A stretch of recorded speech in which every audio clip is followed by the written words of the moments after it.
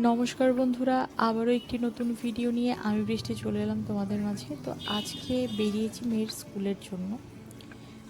Principal স্যারের সাথে কথা বলতে হবে একটা দরকারে।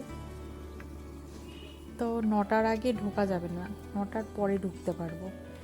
তো মেয়েকে দিয়ে এখনও 8:30টাও বাজেনি, এতক্ষণ দাঁড়িয়ে থাকবো।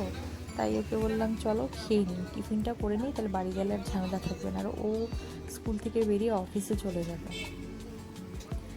তো জিজ্ঞেস করলো কচুরি খাবো কি না।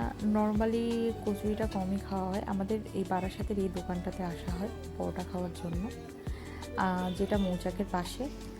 আর হচ্ছে আরেকটা আমরা যাই পোড়ার দিকে, মধ্যমগ্রাম পোড়ায় একটা পরোটার দোকান আছে, মানে ভীষণই রিজনেবল প্রাইস। 100 টাকার মধ্যে দুজন পেট ভরে খাওয়া যাবে।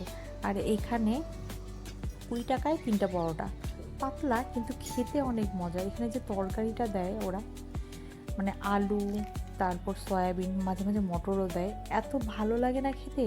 আর ভীষণ লাইট, রিচের কোনো ব্যাপার নেই,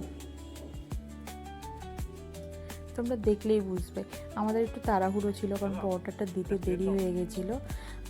9টার মধ্যে ঢুকতে হবে, নাহলে ওর অফিসে যেতে দেরি হয়ে যাবে। তখন ও একটা থালা চেয়ে নিল, থালা চেয়ে ওটা দিয়ে হাওয়া করছিল। মৌচাকের যে দোকানটা দেখছো, ওই দোকানে কিন্তু মানে আগে অনেক ভিড় হতো, যখন থেকে এই দোকানটা হয়ে গেল না, মানে ওই দোকানে ভিড় অনেক কম হয়। তো অনেক দিন পরে খেলাম তো, তার হচ্ছে আবার পরোটা নিলাম, মানে আরও 3টে পরোটা নিয়েছিলাম। ও 2টো নিয়েছে, আমি একটা নিয়েছি।